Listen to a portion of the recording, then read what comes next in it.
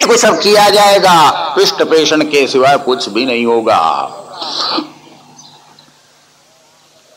एतावदनुवाद परिभाषया प्रत्युतीर्य मुनिवर उपशमशील उपरतानात्मनिमित्त उपभोगेन कर्मारब्धं व्यवनयन् राजयानमपि तथोवाहु सदापि पाण्डवेय सिन्धुसौ वीरपतिस्तत्त्व जिज्ञासायां सम्यक् श्रद्धयाधिकृताधिकारः तद्धृदय ग्रन्थि विमोचनं द्विजवच आश्रोत्य बहुयोग ग्रन्थ सम्मतं त्वरयावरुह्य शिरसा पादमूलमुपसृतः क्षमापयन् विगत नृपदेव स्मय उवाच। जड़ भरत जी इस प्रकार जब बोलते जा रहे थे, संत संग बहुत कुछ रघुगण ने पहले किया था। संत लोग जो बात बोलते थे वही बात यहां पर सुनने को जब मिली, राजा रघुगण ने सोचा ये जो नया आदमी पालकी उठाने के लिए लगाया गया ये कोई साधारण नहीं है, कोई छिपा हुआ महान संत है। ये तो सचमुच में गलती करने जा रहा था, गलती कर रहा हूं, पालकी में से नीचे कूद पड़े। सर्वप्रथम जड़भरती के चरणों में प्रणाम किया, पांव पकड़ा और राजा रघुगण ने कहा कस्त्वं निगूढ़श्चरसि द्विजानां बिभर्षि सूत्रं गदभोवधूतः कस्यासि कुत्रत्यैहापि कस्मात् क्षेमाय नश्चेदसि रोध शुक्लः।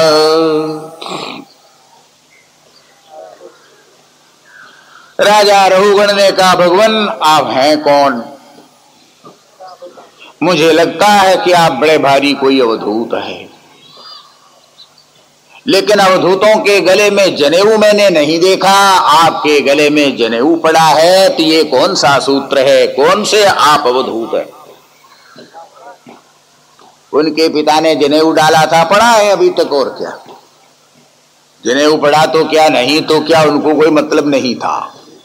लेकिन राजा के दिमाग में ये बात थी कि जनेऊ पहनने वाला तो अवधूत नहीं हो सकता है। इनकी आवाज, इनके शब्द ऐसे हैं कि अवधूतों के जैसे शब्द है। व्यवहार से तो अवधूत लगते हैं और स्वरूप से अवधूत नहीं लग रहे हैं, तो क्या ऐसे भी कोई नए अवधूत होते हैं? इसलिए प्रश्न करते आप कौन से अवधूत है?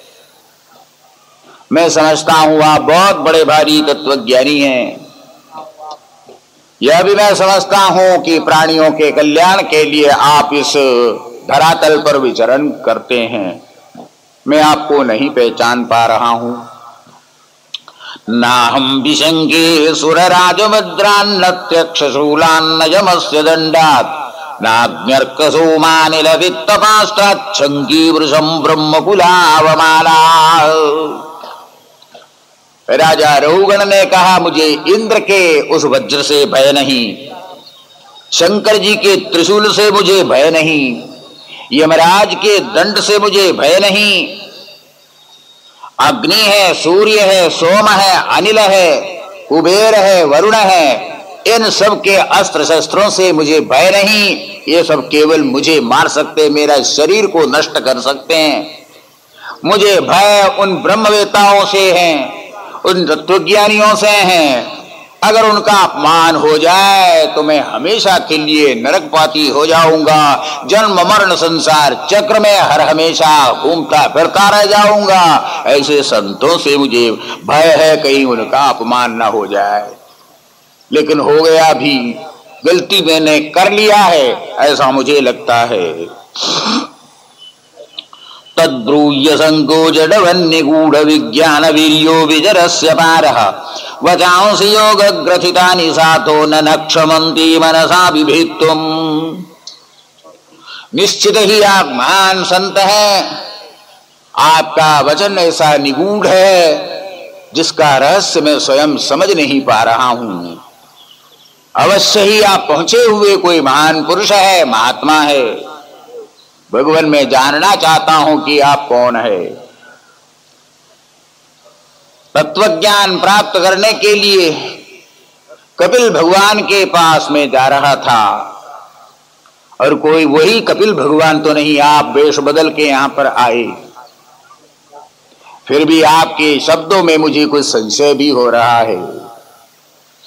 दृष्ट श्रम कर्म आत्मनो वै भर्तुर्गंतुर्भवतश्चानुमन्ये यथा सदोदानयनाद्य भावात् समूल इष्टो व्यवहार मार्ग। अभी जो आप बतला रहे थे, लंबा मार्ग तय करके आ रहा हूं, लेकिन फिर भी मुझ में कोई कर्म नहीं।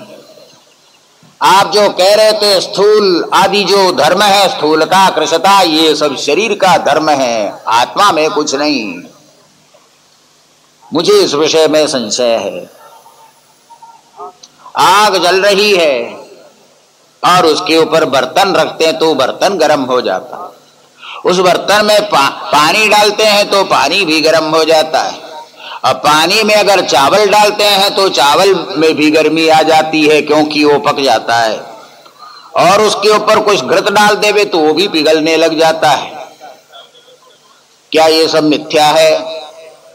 केवल अग्नि में ही उष्णता है कि बर्तन में भी है? बर्तन में भी है। और जल में भी उष्णता आई कि नहीं आई? का आई, जरूर मानना पड़ेगा। अगर नहीं मानते हैं तो चावल पकता किस प्रकार है?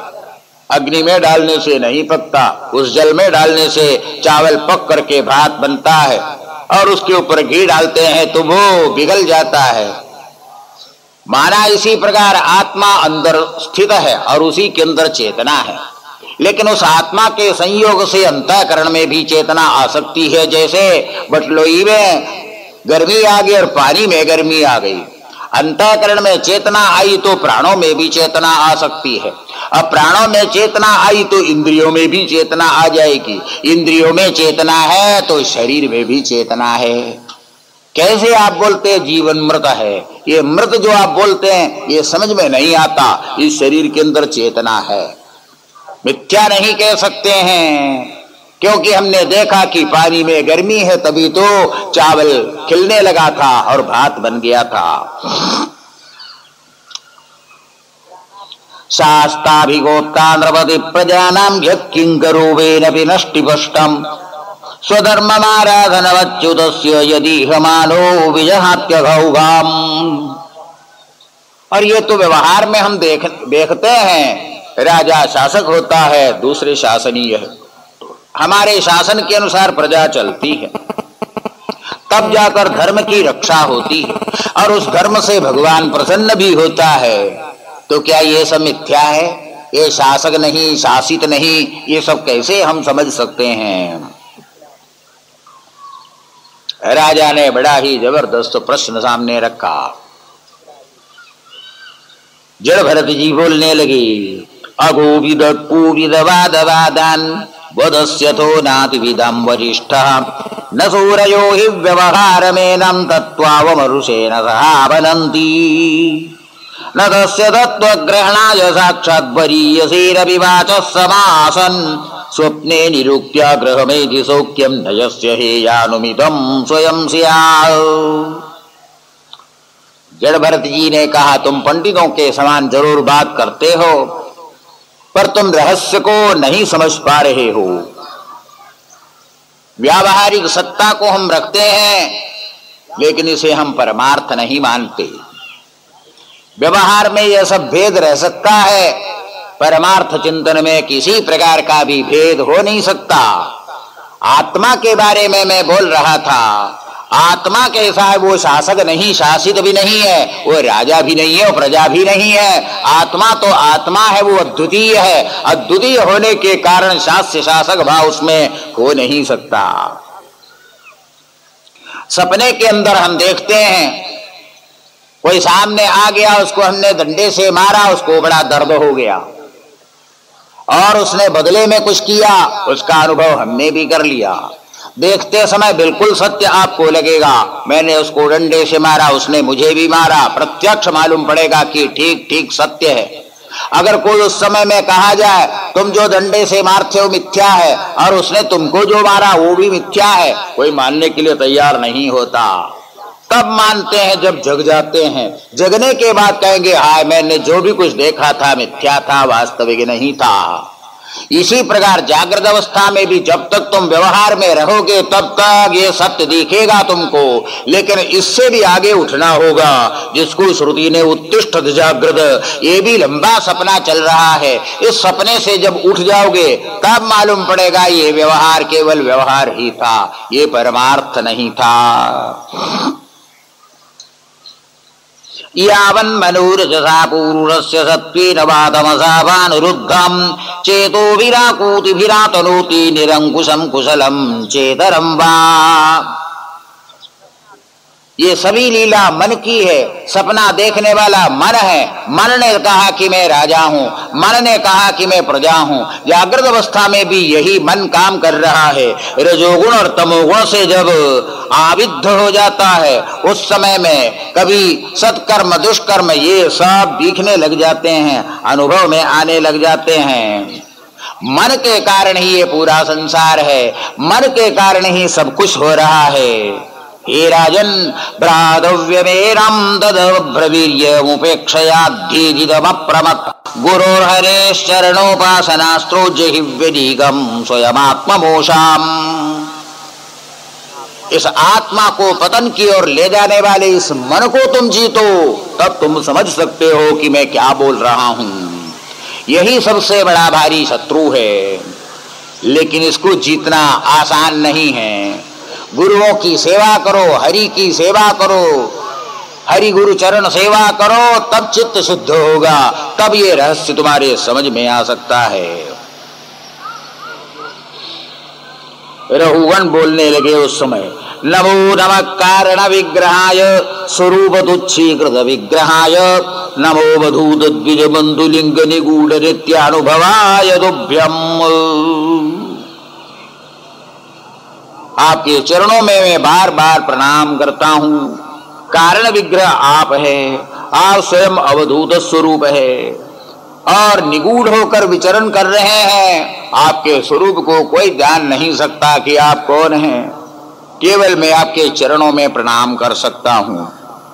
यदा योगेश्वर दृश्यमानं क्रियाफलं सद्व्यवहार मूलम नय्यंजसा तत्व विमर्शनाय भवानमुष्मिन् प्रमति मनोमि। बहुत कुछ सामने बतलाया, लेकिन मेरी समझ में बात बराबर अभी आई नहीं। आप कहते हैं केवल व्यवहार मात्र है, परमार्थ नहीं है। ये मेरी समझ में बात नहीं आ रही है, इसमें मेरी बुद्धि भ्रमित हो रही है। हे भगवान, आप उसे समझाने की कृपा करेंगे।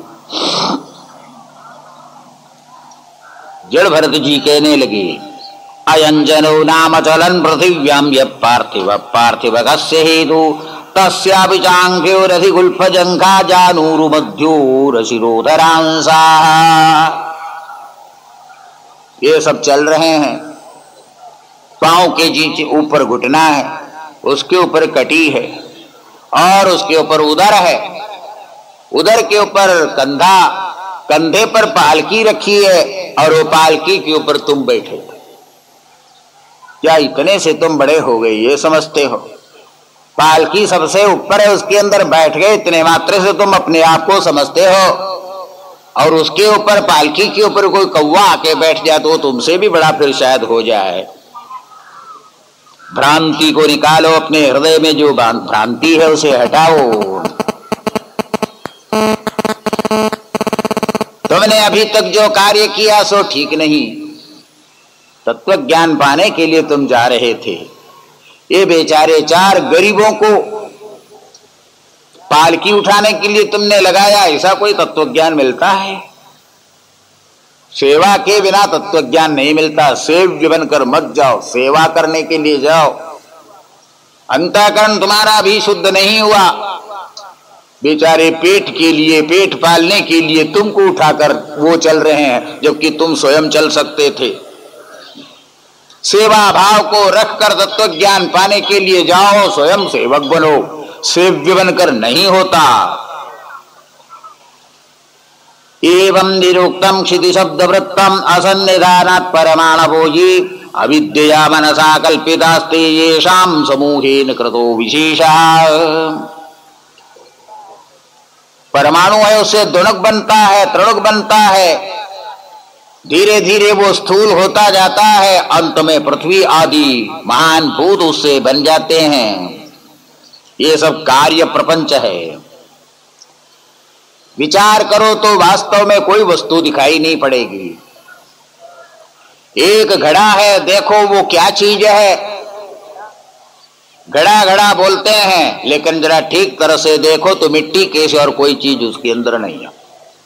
बाहर से खोदो मिट्टी, भीतर से खोदो तो मिट्टी, ऊपर से नीचे से खोदो तो मिट्टी निकल आएगी, को सोना निकल नहीं आता। वो घड़ा मिट्टी से कोई अलग नहीं, और वो मिट्टी है, वो चूर्ण के मृत्तिका चूर्ण से अतिरिक्त कोई वस्तु नहीं। मृत्तिका चूर्ण में पानी डालने के बाद में मिट्टी का स्वरूप धारण करेगा, और वो चूर्ण है, वो परमाणु से अतिरिक्त कोई चीज नहीं। कार्य कारण से अतिरिक्त होता नहीं है, जो कारण है वही कार्य होता है। कुंडल बनता है तो सोने से अतिरिक्त कोई कुंडल नहीं होता। कितने ही कांच लगा करके देख लो, दूरबीन लगा के देख लो, लेकिन सोने के सिवा कोई चीज उसके अंदर नहीं मिलेगी। परमाणु का कारण तन्मात्रा है, तन्मात्रा से अतिरिक्त कोई परमाणु नाम की चीज नहीं। और वो तन्मात्रा एक एक ऊपर ऊपर तन्मात्रा से बनकर बनी होकर आई है। आकाश तन्मात्रा से, वायु से, तेज तेज से, जल जल से पृथ्वी, और उसका मूल कारण वही एकमात्र सद ब्रह्म है, और वो ब्रह्म ही सारा जगत है। कारण से कार्य अलग नहीं हो सकता। दृष्टांत को समझ लो, फिर दार्ष्टान्तिक को देखो। मिट्टी से घड़ा बना है तो घड़ा नाम की कोई नई चीज नहीं है, वो मिट्टी ही है। इसी बात ब्रह्म से यह सारा जगत बना हुआ है, तो यह जगत ब्रह्म के सिवाय कोई वस्तु नहीं ही। पूरा जगत ब्रह्म रूप ही है। सर्वं खल्विदं ब्रह्म, श्रुतियों का यही सिद्धांत है।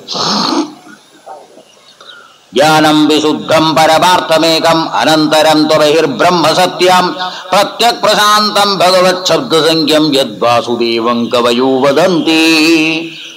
परम मूल वही ब्रह्म है, पूरे जगत का मूल कारण वही ब्रह्म है, वही सत्य है, पारमार्थिक है। दृष्टांत में जैसे आपने देखा, घड़ा नाम की जो चीज नाम रूप से अतिरिक्त कुछ नहीं, उसके अंदर सत्य वस्तु मृत्तिका ही है। इसी पर जगत नाम रूप मात्र है, इसके मूल में ब्रह्म ही परमार्थ सत्य, सारा जगत व्यवहार मात्र है, वास्तविक नहीं, परमार्थ नहीं।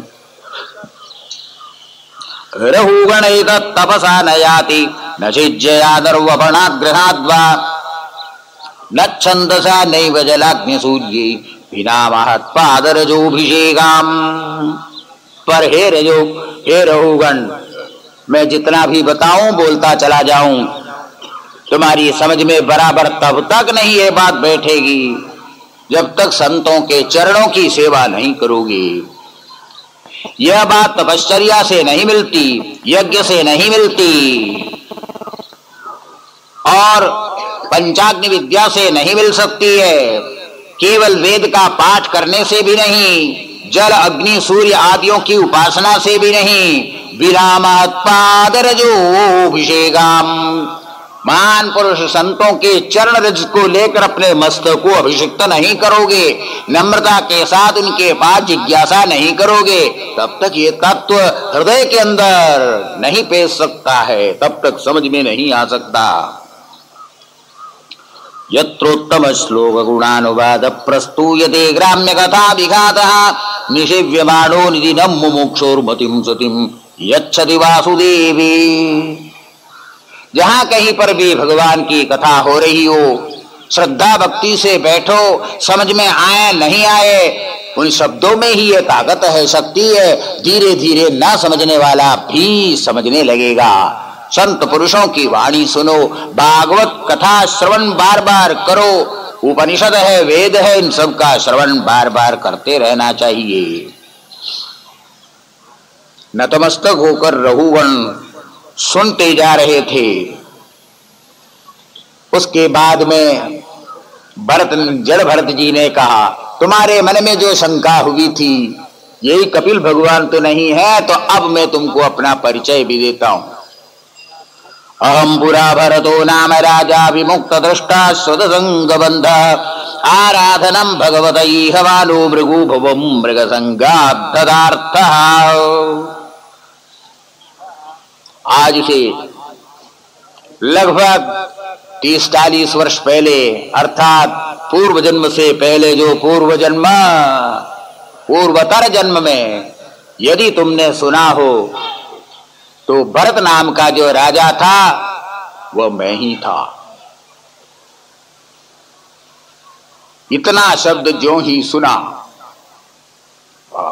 रघुगण तो आश्चर्यचकित हो गए, क्योंकि भरत संपूर्ण भारत के अधिपति, क्या पृथ्वी के अधिपति थे।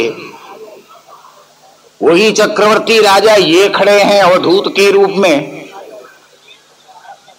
जिनसे मैंने पालकी उठवाई थी। थर थर कांपने लगे यह सुनकर रघुगण, लेकिन असंग भाव से आगे बोलते गए, भरत जड़ भरत, अहम पुरा भरतो नाम राजा विमुक्त दृष्ट श्रुत संग बंधा।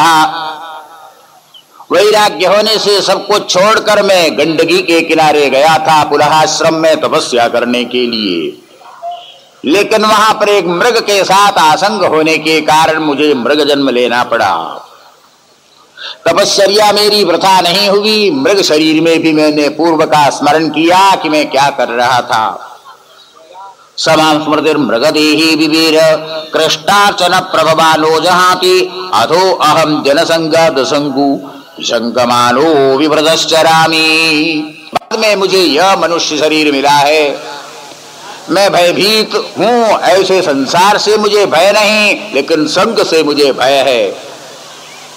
कुसंग के कारण कभी भी बुद्धि भ्रष्ट हो सकती है, जैसे कि मेरे तीसरे पूर्व जन्म में हुआ। इसलिए मैं हर हमेशा असंग होकर रहता हूँ, उन्मत्त के समान रहता हूँ, पागल के समान रहता हूँ, बालक के समान रहता हूँ। हे रघुगण, पहले इस संग को छोड़ना होगा तुम्हें।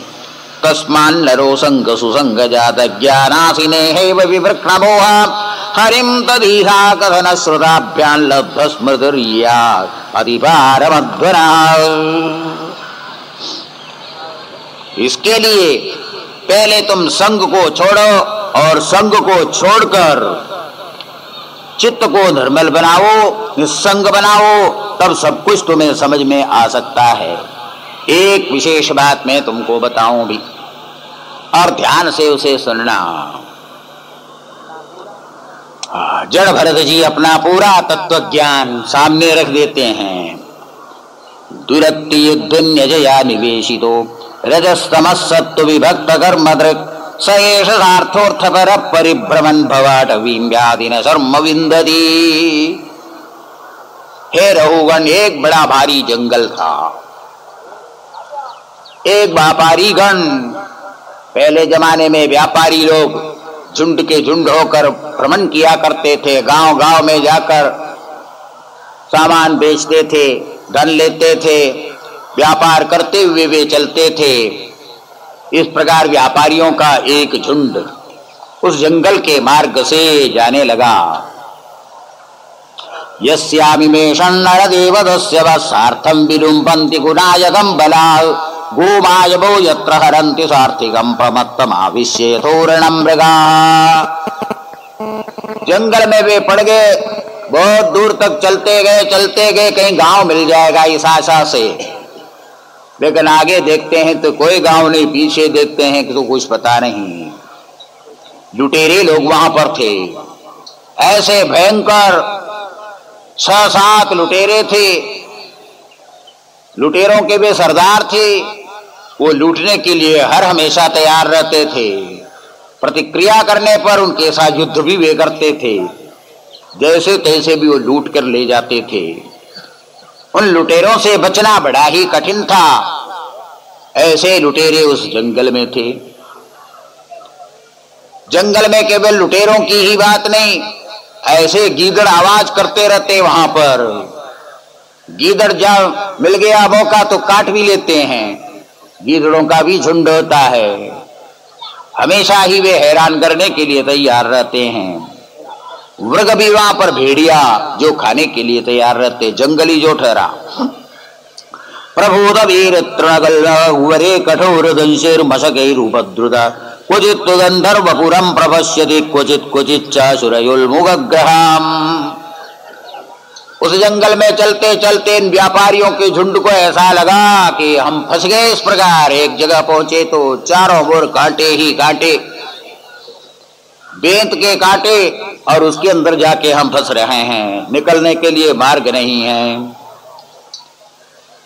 जैसे तैसे वहां से निकलते हैं, रात हो जाती है, इतने बड़े बड़े मच्छर आ जाते हैं कि सांप खो नहीं पी जाए, भयंकर मच्छर, निद्रा नहीं आ सकती थी वहां पर। फिर चलते समय के गंधर्वपुरी भी दिखाई पड़े, गंधर्वों की पुरी देखने में आवे, बड़ा शहर सामने दिख रहा है, चलो वहां जाने से सब कुछ हो जाएगा। लेकिन चलते जाते कोई वहां पर नगर वगर नहीं होता है। लगेगा बड़ा भारी शहर है, लेकिन शहर रहता नहीं है। और कभी कभी वहां पर जोरदार आंधी चलती है, उस आंधी के कारण आंखों में ऐसी धूल पड़ जाती, आंख खोलना ही मुश्किल पड़ जाए। अदृश्य जिल्लीघ नगर नशूल उलूगवाग्र व्यथितांतरात्मा अपुण्य वृक्षान् श्रयते क्षुधार्दितो मरीचितो यन्य विधावति क्वचित्। झींगुर जैसे छोटे छोटे प्राणी देखने में तो आते नहीं, लेकिन उसकी भयंकर आवाज ऐसी होती है, रात को सोवे कान के पास आकर आवाज करने लग जाए, नींद कभी आ ही नहीं सकती। रात को उल्लुओं की भी आवाज कोई कम नहीं, भयानक भूत प्रेत की आवाज के समान उनकी भी आवाज होती है। और कहीं कहीं जहरीले पेड़ भी होते हैं, जंगल में जहरीले पेड़ होते हैं, सूंघने से ही बेहोशी हो जाए, इस प्रकार के पेड़ होते हैं। ये व्यापारीगण चल रहा है, कभी ऐसे पेड़ के नीचे पहुंच जाए तो कई वहां पर मूर्छित होकर भी गिर पड़ते थे। क्वचित वितोया सरितो भी आती, कहीं कहीं ऐसा देखने में आवे कि नदी बह रही है, प्यास लगी है, चलो वहां जाके पानी पी ले, वहां जाके देखते पानी कुछ है ही नहीं, केवल मरुमरीचिका वहां पर दिखाई पड़ती है। कहीं पर दावानल जल रहा है, आग लगी हुई है जंगल में, आगे बढ़ना ही संभव नहीं होता। और कहीं यक्ष है, सूर है, कहीं कहीं ऐसे बड़े बड़े कांटे होते हैं, चप्पल भी पहने तो चप्पल को भी बेध कर आगे बढ़ जाए और पांव को काट देवे, ऐसे ऐसे कांटे भी वहां पर है। कुजिन्निगीर्णो जगराहिना जनो नावेदि किंचित विभिने भविद्धा दष्टस्मशीति क्वजदन्तशूगैरन्धोऽन्धकूपे पतितस्तमिश्रे। जंगली है, कहीं कहीं पर अजगर जैसा सांप रहता है, पास में जाए तो वो आदमी को ही निगल जाए। बड़े बड़े अजगर होते हैं, सांप होते हैं, काटे तो जहर चढ़ जाए और वहीं पर आदमी बेहोश होके गिरे मरे। किसी किसी जगह ऐसा है कि कुआं होता है, ऊपर से झाड़ी होती है, लताएं होती है, मालूम नहीं पड़ेगा कि ये कुआं है, और चलते हैं तो धड़ाम से उसमें गिर पड़ते हैं, फिर वहां से निकलने का कोई उपाय ही नहीं होता। तास्तान विपन्नान सहित तत्र तत्र विहाय जातम परिगृह्य सार्थ आवर्त विद्यापि न कश्चिदत्र वीराद्वर परमुपैति योगम। व्यापारी गण चल रहा, जो गिर गया सो गिर गया, अब कौन उसको उठाने का वहां पर परिश्रम करेगा, छोड़ छोड़ कर आगे बढ़ जाते हैं। मर जाते तो उनको छोड़ देते, फेंक देते वहीं पर। पहाड़ी यात्राओं में प्रत्यक्ष देख सकते, कोई गिर जाए तो भला कौन उसको देखने वाला फिर, क्योंकि जो देखने जाएगा वो भी गिर जाएगा, इसलिए उसको छोड़कर आगे चले जाते हैं। क्वचित् कदाचित् धरि चक्र तस्त्रसन सख्यम विधत्ते भगकंक गृध्रैः। कहीं कहीं तालाब दिखाई पड़ेगा जहां पर बगले होते, कंक होते, गिद्ध होते हैं, लेकिन कहीं कहीं जो है हंस भी दिखाई पड़ते। ऐसी बातें सब बगले ही बगले हो। हंस ऐसे होते हैं, बड़े स्वच्छ उनका शरीर होता है, सफेद वर्ण होता है, दूध और पानी को अलग करने वाले हंस भी मिल जाते हैं वहां पर। और कहीं कहीं बंदर भी देखने में आते हैं। क्वचित् प्रबादा गिरिगंधरे वदन वल्लीं गृहीत्वा गजभीद आश्चितः अध कथंचित् विमुक्त आपद पुनश्च सार्थं प्रविशत्यरिन्दम। किसी किसी जगह पर हाथी दिखाई पड़ते हैं, उसके बचने के लिए गुफा में पहुंच जाते हैं तो वहां पर शेर बैठा हुआ है। ऐसी भी आपदा वहां पर होती है। रहु गणत्वमपि यद्धनुष्य संन्यस्त दंड कृत भूत मैत्रः असज्जिदात्मा हरिसेवयाशिदम ज्ञानासि मादाय तरातिपाराम। हे रहुगण, इस जंगल को पार करना है, तलवार हाथ में लेना है, रास्ता साफ करते जाना है और अपने लक्ष्य स्थान तक तुम्हें पहुंचना है। उसी की तुम तैयारी कर लो। बड़ी सावधानी के साथ रहुगण सुनते जा रहे थे। समाधि सा उनको लग रही थी।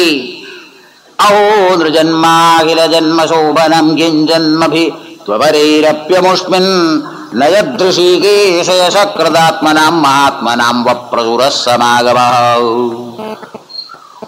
रहुगण जड़ भरत जी के चरणों में प्रणाम करते हैं, बोलने लगते हैं, आप जैसे संत पुरुष बड़े ही दुर्लभ होते हैं संसार। मेरा यह महान भाग्य है कि आपसे भेंट आज हो सकी। नमो महद्भ्योस्त नमः शिशुभ्यो नमो युवभ्यो नमः आबटुभ्यः ये ब्राह्मणा गामवधूत लिंगश्चरन्ति तेभ्यः शिवमस्तु राज्ञाम्। आप जैसे अवधूत हो, चाहे वो बड़े हो, चाहे शिशु हो, चाहे युवा हो, चाहे बटुक हो, अवधूत वेश में जो इस प्रकार विचरण करने वाले हैं वे ही संसार का कल्याण करते हैं। आपसे मेरा भी जीवन सफल हो जाएगा, मुझे ये विश्वास है। इत्येवमुत्तरामातः सवै ब्रह्मर्षिः सिन्धु पदय आत्मसतत्वं विगणयतः परानुभाव परमकारुण्यतयो वदिष्य रहुगणेन। रहुगण ने जड़ भरत जी की पूजा की। उसके बाद जड़ भरत जी वहां से उठ जाते हैं और अभी तक खेत में जाके बैठते थे, लेकिन अब खेत को उन्होंने छोड़ दिया और छोड़कर पृथ्वी पर विचरण करने लगे। इसलिए कि लगा कि ये बात अब सबको मालूम पड़ जाएगी, राजा का वृत्तांत फैल जाएगा और उसके बाद में मेरे पीछे लोग लग जाएंगे। इसलिए अभी तक जहां बैठे रहे उस स्थान को छोड़कर पृथ्वी में विचरण करना शुरू किया। राजोवाच यो वा इह बहुविधा महाभागवत त्वया विहित परोक्षेण वचसा जीवलोक भवाद्वास ह्यार्य मनीषया कल्पित विषयो नांजसा व्युत्पन्न लोक समधिगमः। राजा परीक्षित ने सुखदेव जी को कहा, भगवान कुछ भी हाथ नहीं लगा, क्या आप बोल गए? रहुगण तो जरूर समझ गए होंगे, तभी तो वो कृतकृत्य होकर जड़ भरत जी के चरणों की पूजा की। लेकिन मुझे कुछ समझ में नहीं आया, क्या आप जंगल बोल रहे, क्या डाकू बोल रहे हैं, क्या मच्छर बोल रहे हैं, क्या हाथी, क्या शेर, ये सब क्या आप बतलाते हैं? क्या कह गए आप? मेरी समझ में तो कुछ भी नहीं आया। भगवान ठीक तरह से समझाने की कोशिश कीजिए, शायद मैं समझ पाऊं। सुखदेव जी ने कहा उस समय में, हे राजन, जिस जंगल का वर्णन अभी आपने सुना, और ये पेड़ों का जंगल नहीं समझना, ये संसार ही जंगल है। इसको हम भवाटवी बोलते हैं, संसार कारण बोलते हैं उसको। ये जो पूरा संसार दिखाई पड़ रहा है ये सब जंगल ही जंगल है।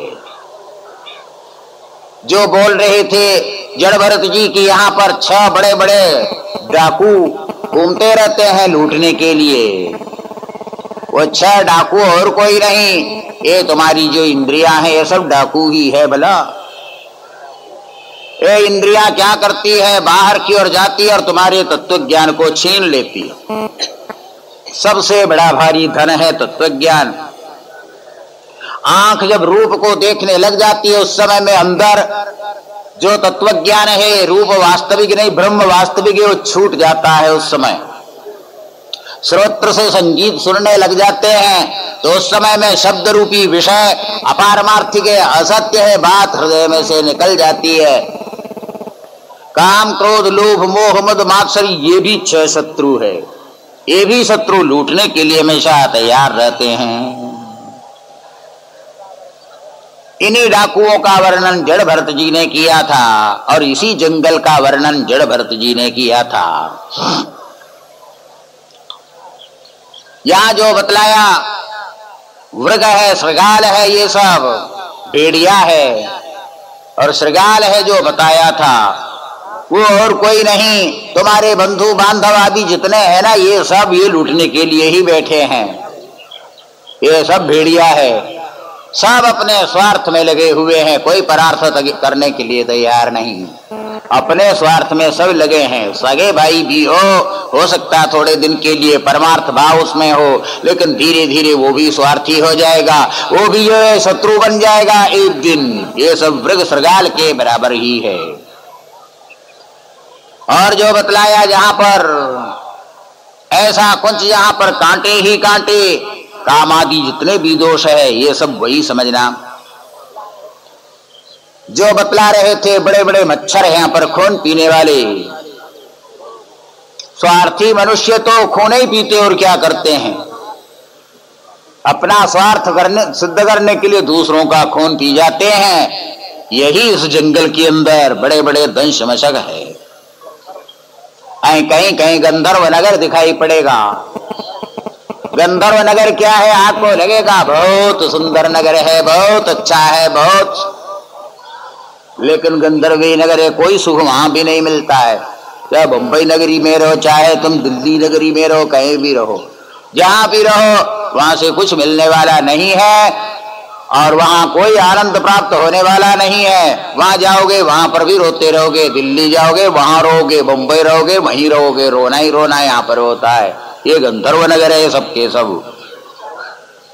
मरुमरीचिका जो बतलाया वो मरुमरीचिका विषय है, विषय शब्द स्पर्श आदि जो विषय है।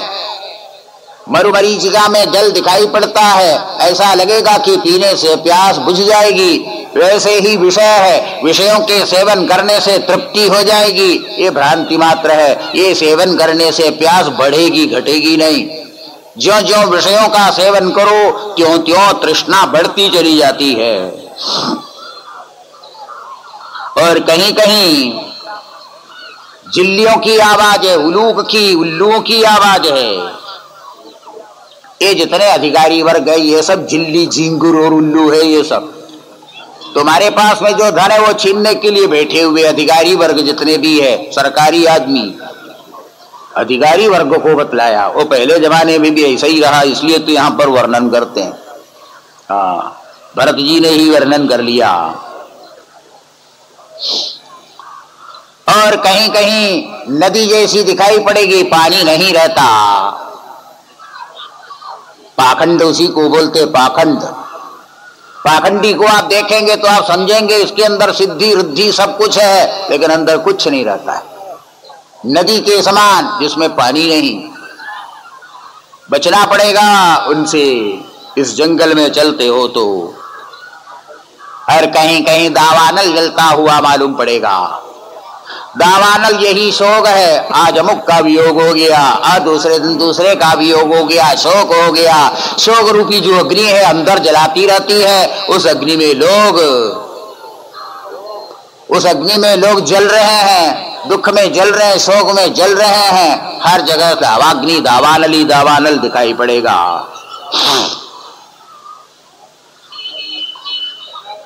और कहीं कहीं जो बतलाया बड़े बड़े मच्छर, दंदसूक, सर्प आदि हैं। ये दुर्जन जितने हैं वो सब सर्प ही होते हैं। भला दुर्जरस्य सर्पस्य वरम सर्पो न दुर्जना। एक और दुर्जन है और दूसरी ओर सांप है, तो भाई सांप की ओर तुम जाओ, कोई हर्जा नहीं है, दुर्जन की ओर नहीं जाना। सर्पो दशदि कालेना दुर्जनस्तु पदी पदी। सांप हमेशा काटता नहीं, तुम्हारा काल जब आता है तभी सांप काटता है, लेकिन दुर्जन ऐसे होते हैं पग पग में काटते रहते हैं। इसलिए सांप से भी बढ़कर तो दुर्जन ही होते हैं। और कहीं कहीं अंधकूप दिखाई पड़ता है। अंधकूप ऐसा कुआं जिसके ऊपर लताएं होती है, कुआं दिखाई नहीं पड़ती, वो अज्ञान है। और ये जो घर है ना, वो भी अंधकूप ही है। घर के अंदर जहां गए फिर वहां से नहीं निकल पाते। लोगों को कहो आओ सत्संग सुनो, कौन भला सुनता है। ऐसा कुआं है, वहां से निकलने का कोई रास्ता ही नहीं है। और कहीं कहीं मधुमक्खियां होती है और मधु भी मिल जाता है वहां पर। वो है क्षण भंगुर सुख जो प्राप्त होता है, ये मधु बिंदु के समान है। और कहीं कहीं हाथी दिखाई पड़ता, और हाथी से बचने के लिए गुफा में पहुंचते तो वहां पर शेर खड़ा रहता है। हाथी और कौन है? ये मृत्यु। ये मृत्यु ही हाथी है। उस मृत्यु से तुम बच नहीं सकते, कोई भी नहीं बच सकता, ना आज तक कोई बचा। उधर जाओ तो वहां मृत्यु, यहां आवो तो यहां मृत्यु, वहां जाओ तो हाथी मारने को तैयार, इधर आवो तो शेर मारने को तैयार। और कहीं कहीं हंस भी मिलते हैं। हंस, सरोवर में हंस। वो हंस कौन है? हंस माने परमहंस। और कौन हंस है? विवेक करके बतलाने वाले, नीर क्षीर का विवेक करने वाला हंस होता है। ब्रह्म और जगत दोनों का विवेक कर जो बतलाने वाले हैं, उन्हीं को यहाँ पर हंस बतलाया। ऐसा यह भवाटवी है, ये भव कानन है, संसार कानन। जड़ भरत जी ने बतलाया, तलवार हाथ में लेकर रास्ता बनाते जाओ और आगे बढ़ते जाओ। कौन सी तलवार हाथ में लेना है? का ज्ञान रूपी तलवार हाथ में लो। ज्ञान रूपी तलवार हाथ में लो और रास्ता बनाते जाओ, बनाते जाओ, तब इस जंगल को पार कर सकते हो। नहीं तो इस जंगल में पड़े रह जाएंगे, मर जाएंगे तो छोड़कर दूसरे लोग आगे बढ़ते जाएंगे, कोई किसी को पूछने वाला है ही नहीं। जिसकी मृत्यु होगी उसको फिर कौन पूछेगा? भला उठा करके स्मशान में ले जाएंगे और जला डालेंगे और हो गया खत्म। फिर कौन किसको पूछता है? इस मृत्यु से ही बचने के लिए परमार्थ तत्व ज्ञान को प्राप्त करो और आगे बढ़ो संसार साधन कानन से उस परमार्थ तत्व की ओर। भरतस्यात्मज सुमजर्नामाबीदो यमुहवावकीजित पाखंडिन ऋषभवद्वीवनुवर्तमानं जानार्या अवेद समाम्नातां देवतां सुमनीषया पापी यस्यागलौ कल्पयिष्यन्ति। भरताख्यान यहाँ पूर्ण ही हो गया और उसके ऊपर से सुखदेव जी का समझाना भी हो गया। हाँ, अब जरा पीछे की ओर चलिए, क्योंकि भरत बाद में मृग, फिर जड़ भरत, वो तो प्रसंग से बोल दिया। वंश वर्णन करते हैं तो वंश वर्णन में ये हो गया, ऋषभदेव का पुत्र भरत हो गया और भरत का पुत्र फिर सुमति हो गया और उनकी वंश परंपरा इसी प्रकार चलती है। आगे परमेष्ठी होता है, प्रतीह होता है, इस प्रकार की वंशावली चलती है। प्रियव्रतम वंशमिमं विरजश्चरमोद्भवः अगरोदत्यलंकीर्त्या विष्णु सुरगणम यथा। प्रियव्रत का ये वंश हमने आपको सुनाया। प्रियव्रत ने जो उपग्रह बनाया, जिसके गिरने से 7 समुद्र बन गए थे और 7 द्वीप बन गए थे और एक एक द्वीप में कई वर्ष भी हुए थे, उनका भी थोड़ा मैं वर्णन, उसका भी थोड़ा वर्णन करके आप सुनाइए। राजा परीक्षित ने प्रश्न किया। सुखदेव जी बोलते हैं, न वै महाराज भगवतो माया गुण विभूते काष्ठां मनसा वचसा वाधिगन्तुमलं विबुधायुषाम् अपि पुरुषस्तस्मात् प्राधान्येन बभूलोक विशेषं नाम रूपमा लक्षणतो व्याख्यास्यामः।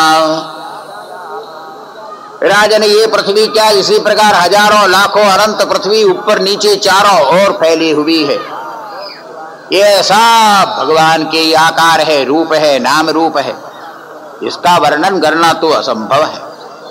फिर भी इस पृथ्वी के बारे में थोड़ा सा मैं वर्णन करके सुनाऊंगा। इसलिए मैं सुनाता हूं कि भगवान का ही यह सब स्वरूप है, समझने के लिए। भगवान से पृथक कोई वस्तु है ही नहीं, इस बात को समझाने के लिए मैं ये सब तुमको अभी बतलाता हूं। जम्बूद्वीप, लक्षद्वीप आदि 7 द्वीपों का वर्णन पहले सुनाया और आगे अभी बताएंगे। जम्बूद्वीप में हम बैठे हुए हैं।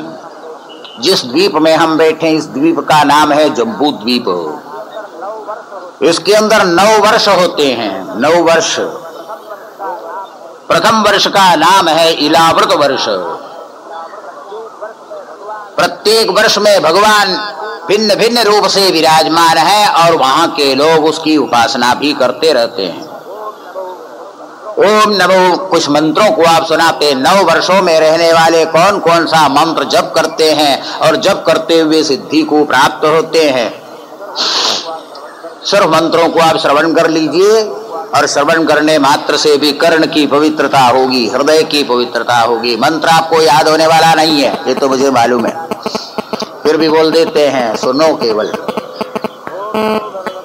ओम नमो भगवते महापुरुषाय सर्वगुण संख्यानाय अनंताय व्यक्ताय नमः। इलाव्रत नाम का जो वर्ष है उस वर्ष में परब्रह्म परमात्मा भगवान का, ईश्वर का इस मंत्र को बोलकर लोग जप करते हैं और इसका जप करने से समस्त गुणों की प्राप्ति हो जाती है और अंत में परमात्मा की प्राप्ति हो जाती है। दूसरे वर्ष का नाम है भद्राश्व वर्ष, जहां पर हयग्रीव भगवान निवास करते हैं। हयग्रीव भगवान का ही एक स्वरूप है, जिसका मस्तक घोड़े के समान, उसको हयग्रीव बोलते हैं। मंत्र बोलते हैं ओम नमो भगवते धर्माय आत्मविशोधनाय नमः। हयग्रीव ने अश्वमुख से परमार्थ तत्व का वर्णन किया था। इस मंत्र के द्वारा हयग्रीव की उपासना करेंगे तो उसे पूर्ण तत्वबोध हो जाता है। इस जम्बूद्वीप में 30